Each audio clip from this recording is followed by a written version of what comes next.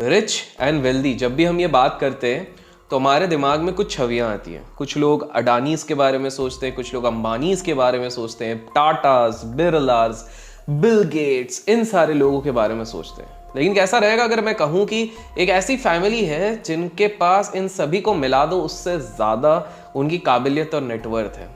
At present माना जाता है वो पूरी फैमिली एकमात्र फैमिली है जो 3 से 4 ट्रिलियन डॉलर की नेटवर्थ ऑफिशियली रखती है। याद रखिए मैं ऑन पेपर बात कर रहा हूं, लेकिन ऐसा भी माना जाता है कि हर साल ये लोग 400 बिलियन डॉलर से ज्यादा वेल्थ बनाते हैं। मतलब ये वेल्थ इतना है कि हर 2 साल में ये वर्ल्ड के रिचेस्ट इंसानों की लिस्ट में टॉप कर सकते हैं, लेकिन स्टिल हमको इनका नाम बहुत कम सुनने मिलता है। लेकिन ये एक प्रूवन फैक्ट है कि हमारी देश व्यवस्था है, हमारी दुनिया के जितनी भी बड़ी चीज़ें हैं, चाहे वो पॉलिटिकल एजेंडाज हो, चाहे कॉर्पोरेट एजेंडाज हो, चाहे फाइनेंशियल एजेंडाज हो या स्टॉक मार्केट हो, यहाँ पर इनका कंट्रोल चलता है। ये एक ऐसी फैमिली थी जिनने शुरुआत में कोल और कॉटन के व्यापार से शुरुआत करी थी, लेकिन जैसे ही उनको समझ में आया कि भाई नींव तो केवल फाइनेंस से ही रखी जा सकती है, बिकॉज कुछ भी कह लो पूरी दुनिया पैसे के आगे झुकती है, इसलिए उन लोगों ने दूसरा रास्ता चुना जिसमें कि वो धीरे धीरे करेंसीज में आए, ट्रेडिंग में आए, स्टॉक मार्केट में आए। और माना जाता है कि दुनिया में जब भी कोई बड़ा स्टॉक मार्केट क्रैश होता है तो वो इनके इशारों पे ही होता है, और जब भी ये स्टॉक मार्केट क्रैश होता है उस समय पे ये बहुत ही बड़ा पैसा लगाते हैं, जिससे कि वो बहुत ज़्यादा पैसा बाद में कमाते हैं। एक रॉयल फैमिली है, और अभी तक आप लोग समझ ही गए होंगे क्योंकि ये एक ऐसी फैमिली है जिसपे सबसे ज़्यादा कॉन्स्पिरेसी थ्योरीज चलती हैं। ये एक ऐसी फैमिली है जिसने जब जब मार्केट क्रैश हुए हैं, चाहे वो 2008 का क्रैश हो, 2001 का .com बबल का क्रैश हो या 2020 के कोरोना क्राइसिस हो, तो ये ऐरे गहरे नत्थु गहरे स्टॉक्स पे पैसा कभी नहीं लगाते। इन लोगों ने पैसा लगाए हैं in stocks like Facebook, Apple, Bank of America, Pfizer, JP Morgan, Pepsi, Berkshire Hathaway, और इस तरह से लिस्ट काफ़ी बड़ी है। और जैसे कि आप लोगों को पता है कि ओवर डिकेड्स ये सारे स्टॉक्स ऐसे हैं जो बहुत ही तगड़े कंपाउंडिंग रिटर्न देते हैं with a tight security and safety.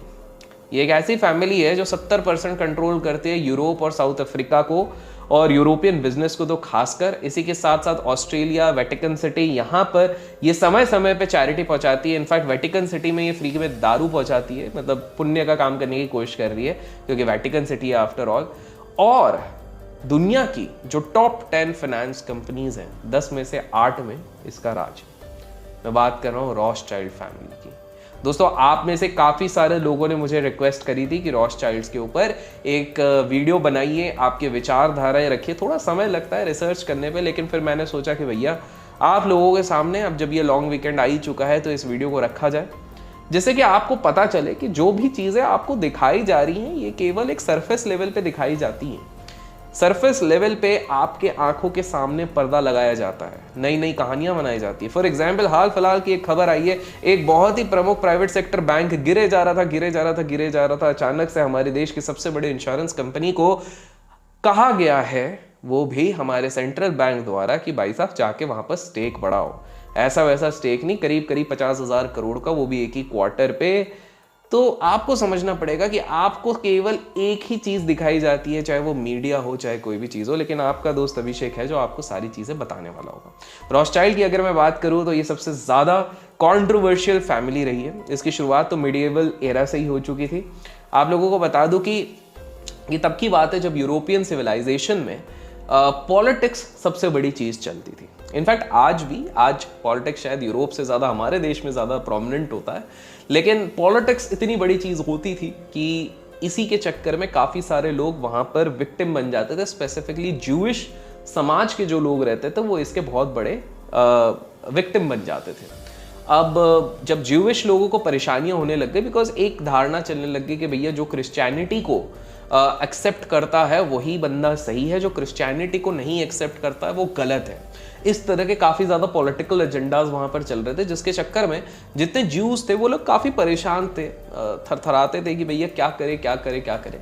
और इसी के चक्कर में काफ़ी ज़्यादा ऐसे ज्यूइश लोग थे जो कि सेटल हो गए। आज जो हम मॉडर्न जर्मनी जिसको कहते हैं, वहाँ पे फ्रैंकफर्ट जर्मनी, इसके आसपास ये लोग सब सेटल हो गए। वहाँ पर ज्यूज के साथ और बदसलूकी की जाती थी, जिसके चक्कर में वो बहुत ही नैरो स्ट्रीट पे रहते थे। एक पतली सी गली रहती थी, उसी में घुस घुसा के छोटी सी गली में रहते थे। अब क्रिश्चियंस के उस समय पर एक चीज़ चलती थी, क्योंकि क्रिश्चियंस काफ़ी ज़्यादा प्रभु के भक्त रहते थे और उनके हिसाब से किसी से भी लेन देन करना, लेंडिंग का जो बिजनेस होता है वो पूरी तरीके से गलत होता है। मतलब उधार देना, उधार लेना, पैसे की जब भी बात करो तो वो जैसे आपने पुराने टेक्सचर्स में देखा होगा ना कि पैसा, money is the root cause of all evil, पैसा ज़्यादा हो तो बहुत गलत काम किए होंगे तभी होंगे। तो इस चक्कर में वो लेंडिंग बिजनेस में क्रिश्चियंस नहीं घुसते थे। ज्यूज के लिए अनफॉर्चुनेटली ज़्यादा ऑप्शंस बचे ही नहीं थे और इसी चक्कर में जो ज्यूइश समाज के लोग थे वो लोग लेंडिंग में चले गए। Little did the Christians new कि आगे चलकर यही वाला बिजनेस सबसे ज्यादा लोगों के प्रिय रहेगा, सबसे ज्यादा फाइनेंसिंग सबसे ज्यादा जरूरी होगी। तो ज्यूइश लोगों ने सबसे पहले जितनी भी नोबिलिटीज रहती थी, नोबिलिटीज मतलब राजा, महाराजा, प्रेसिडेंट्स, वाइस प्रेसिडेंट, जो बड़े बड़े लेवल के लोग रहते थे, इनके फाइनेंसेस देखने लग गए। एक तरीके से समझ लो भैया, उनका टैली मेंटेन करते थे, अकाउंटेंट बन गए, क्या आ रहा है, क्या जा रहा है, कहां से टैक्स कलेक्ट करना है, कहां से कैसे करना है। और इसी समाज के बीच में अब एक व्यक्ति का बर्थ होने वाला था जो पूरी तरीके से ज्यूइश कम्युनिटी को तो चेंज करने ही वाला था, साथ में पूरी दुनिया में राज करने वाला था। सो रॉथशाइल्ड फैमिली में एक व्यक्ति पैदा हुआ, उनका सरनेम रॉथशाइल्ड था और वो जाके काम करने लग गए काफी सारे मिनिस्टर्स के। और उस समय के जो रॉयल राजा थे, एक तरीके से समझिए जो मेन राजा थे, उनके अंडर पे वो काम करने लगे। उनका काम केवल ये नहीं था कि कहां से कॉइन्स आ रहे उनको जमा करो, बिकॉज आप लोगों को पता ही होगा राजा महाराजाओं के एरा पे गोल्ड कॉइन, सिल्वर कॉइन्स, ये सारी चीजें होती थी। केवल उनका काम कॉइन्स नहीं था, anything which could be collected. Collected में क्या क्या कलेक्ट कर सकते हो आप? कॉइन्स कलेक्ट कर सकते हो, आप टैक्स कलेक्ट कर सकते हो, penalties on the customers collect कर सकते हो, आपके राज्य में जो गलत कर रहा है दंड दे सकते हो, फार्मर्स से आप चीजें ले सकते हो। तो जितनी चीजें भी कलेक्ट करनी थी वो सारी चीजें आउटसोर्स हो रही थी इस बंदे को बाय द नोबिलिटीज। अब ये व्यक्ति बड़े समझदार थे, ये इनको पता था कि भैया ये राजा महाराजाओं वाली जो चीज है इसका कोई स्टेबिलिटी नहीं है, काफी वॉलेटाइल चीज है ये, बिकॉज कब कौन किस पे अटैक कर दे हम लोगों को तो नहीं पता।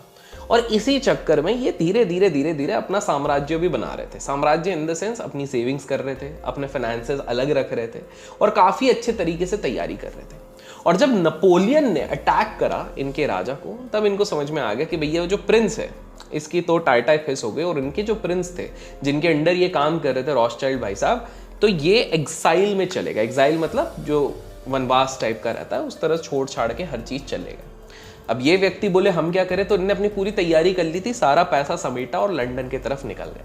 तो पहली चीज है, ऐसा नहीं था कि ये बंदा स्मार्ट नहीं था। रॉथशाइल्ड जिसने शुरुआत करी थी, इनके पास पैसा तो बढ़िया था। अब इधर आके इन्होंने क्या शुरू करा, इन्होंने आके शुरू किया लोन देने का धंधा। और लोन ये ऐसे वैसे को नहीं देते थे। आज हम जिस चीज को B2B बोलते हैं, बिजनेस टू बिजनेस, मतलब बड़े बड़े क्लाइंट जो 100 करोड़ 200 करोड़ 500 करोड़ इस तरह के क्लाइंट्स होते हैं, उस तरह के क्लाइंट्स को ये पैसे देने लग गए। लंदन में जाने के बाद इन्होंने लोन्स देने शुरू करे बड़े बड़े एम्परर्स को, ये एक तरीके से बैंक बन गए, बड़े बड़े गवर्नर्स को। और इस हिसाब से इनकी फैमिली धीरे धीरे करके ग्रो करने लग गई। जो प्रमुख थे अपने फैमिली के, अब इनके साथ एक बड़ी इंटरेस्टिंग चीज हुई। इन्होंने सोचा कि यार अब मैं रिच इंसान तो बन गया हूं, इनफैक्ट उस समय के वो रिचेस्ट इंसान बन चुके थे ये सारा काम करके। लेकिन उन्हें बोला कि यार सिर्फ रिच बन के नहीं रहना, मेरे को लेगेसी छोड़ के जाना है। लेगेसी वो होता है कि भैया आपको आने वाली 100 पुश्तियां याद करें और वो चीज स्टेबलाइज्ड है। और इसीलिए उन्होंने नए नए बिजनेसेस में एंटर करना शुरू किया। उन्होंने सबसे पहले एंटर करना शुरू किया, आज हम जिसको फॉरेक्स मार्केट कहते हैं, वही करेंसी मार्केट में। ये लोग उसकी स्टेबलाइजेशन की तरफ बढ़ने लग गए। स्टेबलाइजेशन इन द सेंस, आज जो आपने नाम सुना होगा IMF, इंटरनेशनल मॉनेटरी फंड, जो काम IMF और वर्ल्ड बैंक करती थी, सेम काम ये एक फैमिली करने लग गए। और इनके लिए सबसे बड़ा बिजनेस होता था वॉर्स। वॉर्स मतलब युद्ध का बिजनेस। जहां पर भी युद्ध होता था कहीं ना कहीं इनका एक रोल होता था, क्योंकि कहीं ना कहीं यही स्पॉन्सर कर रहे हैं किसी युद्ध को, कहीं ना कहीं उसके आर्म्स एंड आर्मामेंट्स भी यही पुश कर रहे हैं, और कहीं ना कहीं इन्हीं के बोलने पे युद्ध भी रुक जाता है। माना जाता है कि एक समय पर इन्होंने सीधे बोल दिया था कि भैया हमारे होते हुए ये वाली जगह पे वॉर हो ही नहीं सकता।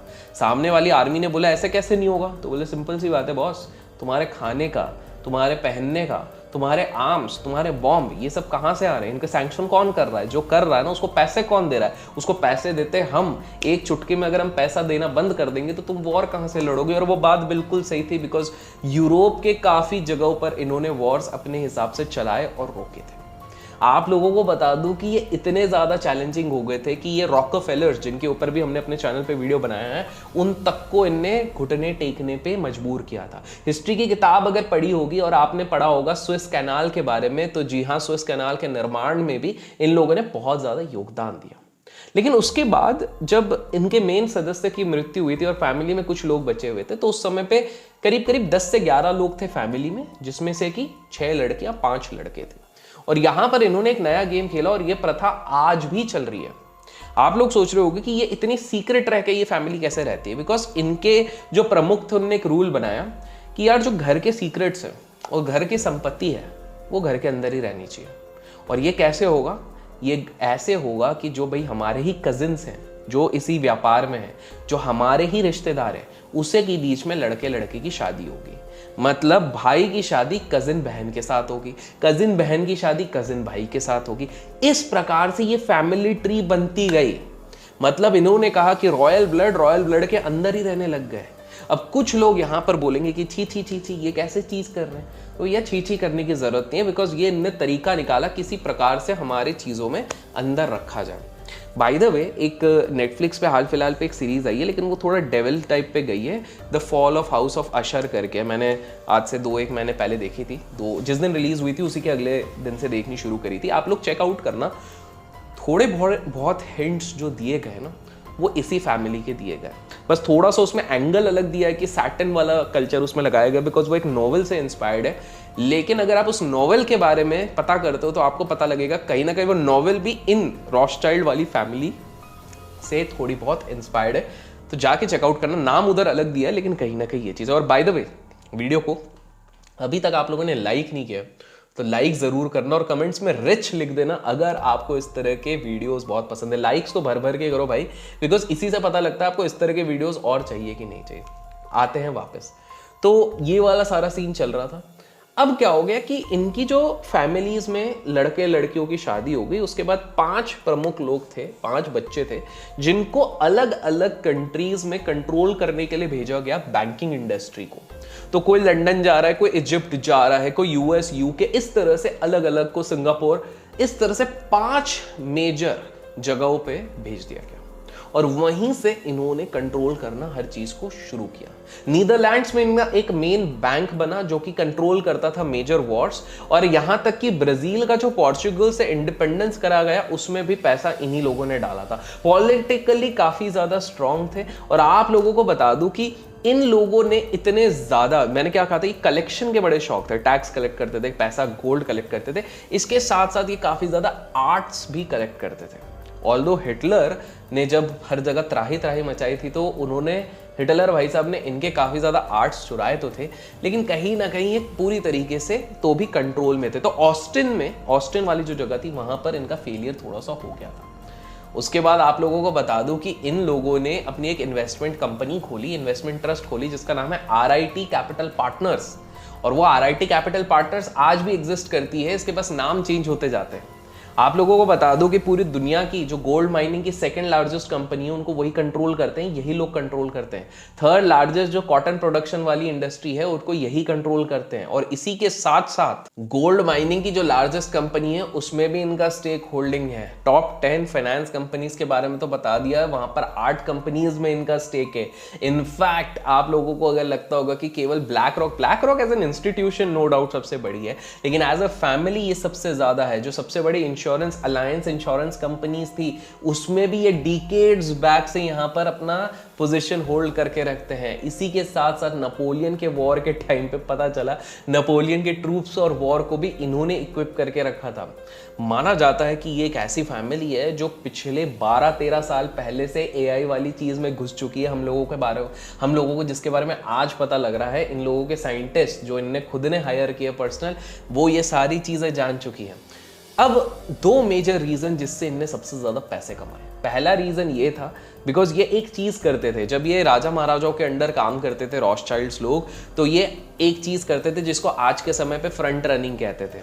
फ्रंट रनिंग क्या होता है कि बेसिकली मान लो मैं एक म्यूचुअल फंड हूं और आप एक ट्रेडर हो, आपको मैं डील देता हूं कि भैया अगले महीने मैं 300 करोड़ का यह XYZ शेयर उठाऊंगा। आपको तो पता लग गया, अब आपके पास एक इंफॉर्मेशन का एडवांटेज है, क्योंकि आपको पता है जिस दिन मैं उठाऊंगा उस दिन 30% का ऊपर भाग जाएगा मार्केट, मतलब मार्केट इन द सेंस वो वाला XYZ स्टॉक। तो आप वो 30 डेज पहले जो अप्रूवल के लिए टाइम लग रहा है उतने में आप खुद एक्यूमुलेट करोगे मल्टीपल अकाउंट से, आपकी बहन, आपकी कजिन, दूर दूर के।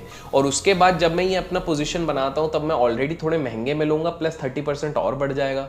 तो 30% प्लस एक महीने में 10% आप ही लोगों ने खरीद खरीद के बढ़ा दिए, तो आपको 40% का एप्रिसिएशन मिल जाएगा बिना कुछ किए, बिना कुछ एनालिसिस किए। सेम चीज ये लोग गोल्ड कॉइन और मनी में करते थे। जब भी इनको पता लगता था कि एक राजा यहाँ पर कोई चीज करने वाला है, कोई नया इनिशिएटिव चालू करने वाला है, ये लोग वो वाली चीज करते थे। इसके साथ साथ तो पहली चीज तो हो गया इलीगल तरीके से फ्रंट रनिंग हो गया। दूसरी चीज जो उन्होंने फैमिली ट्री अपने अंदर ही रखी, तो जिसके चक्कर में कोई बाहर का ब्लड नहीं मिला, तो दहेज वाली चीज नहीं हुई होगी इनके साथ, ना ही कोई बहुत ही बड़ी सीक्रेट बाहर गई, इन्होंने अपने आप को ये टाई अप करके रखा। और तीसरी जो मतलब इससे मतलब ये बहुत ही ज़्यादा फैमिली ओरिएंटेड है, इनकी फैमिली की चीज़ें आपको बाहर भी नहीं दिखेगी, गिनती की एक आध वीडियोस दिख जाएंगी। जैसे वो होता है ना फास्ट एंड फ्यूरियस में अपना विन डीजल भाई बोलते रहते हैं फैमिली फैमिली, और जो एनिमल में फैमिली फैमिली, उस तरह से ये पूरे क्लोज नेट एक तरीके से फैमिली रहती है। और तीसरा रीज़न जिसके चक्कर में ये लोग इतना ये करके रख पाए, बिकॉज 80 to 90% मीडिया को ये कहीं ना कहीं कंट्रोल करते हैं जब भी इनको लगता है। और उसका रीज़न भी ये सिंपल सा है, और वो हो सकता है सर्कुलर वे में ओनरशिप रख रहे हैं, सर्कुलर ओनरशिप रख रहे हैं, या फिर अपने शेल कंपनीज के थ्रू डाइवर्स इन्वेस्टमेंट करके फिर किसी तरह से ओनरशिप रख रहे हैं। उसका रीज़न सिंपल सा है, बिकॉज मीडिया इज समथिंग जो किसी का भी माइंड को मैनिपुलेट कर सकता है। हमने अक्सर देखा है न्यूज़ चैनल्स हो गए, स्पेसिफिकली न्यूज़पेपर्स इंडिया में, ये काफ़ी ज़्यादा मैनिपुलेट करते हैं। कोई भी गलत खबर को ऊपर नीचे करके आप लोगों को बता देंगे, और पब्लिक भी बेचारी भोली भाली रहती है, मानने लग जाती है। तो ये मीडिया का काम रहता है। तो कहीं ना कहीं ये जानते हैं कि किस प्रकार से इनके रेपुटेशनल डैमेज हो सकता है, किस प्रकार से अगर ये पब्लिक के सामने आ जाए बहुत बड़ा डैमेज हो सकता है, और इसीलिए इस चीज़ को हिडन करके रखते हैं। तो गाइज ये है Rothschild families, the most richest family on the earth. आप और किस चीज को कवर करवाना चाहते हो मुझसे कमेंट्स में जरूर बताएगा। वीडियो पसंद आए लाइक शेयर करना ना भूले। Till then keep learning, keep growing, keep investing, keep trading.